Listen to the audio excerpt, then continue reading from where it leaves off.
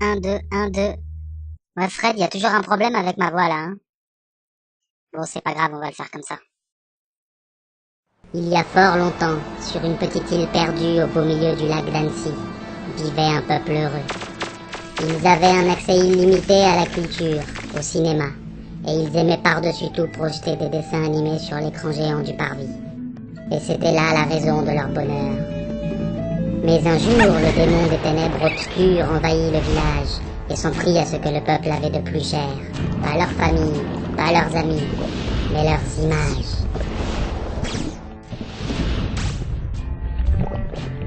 Démunis, les villageois allaient devoir se trouver de nouvelles activités. Et c'était pas gagné. Heureusement, les anciens connaissaient la prophétie. Un jour, un héros viendra sauver le village des griffes du démon des ténèbres obscures. Et ce jour-là, c'est aujourd'hui. Notre héros s'élança héroïquement sur le chemin de sa destinée. Pendant ce temps, le démon des ténèbres obscures qui s'empiffrait des images dérobées aux pauvres villageois sans défense sentit sa présence et s'élança à sa rencontre. Un combat sans pitié était sur le point d'être engagé. Un combat qui dura plusieurs jours, mais que nous allons résumer ici en quelques secondes à cause d'obscures contraintes budgétaires.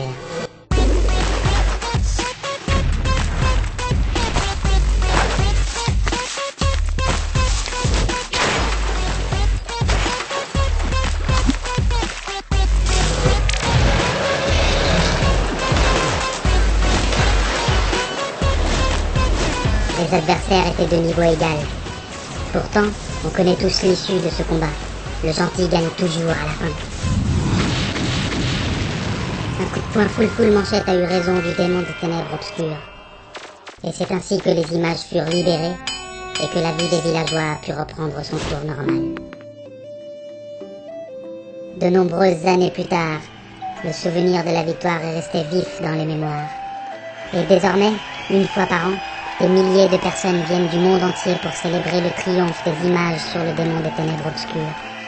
Quant à notre héros, il s'est bien adapté à la vie des villageois. Mais au fond de lui, il reste sur ses gardes tel un félin à l'affût, prêt à bondir à la moindre menace.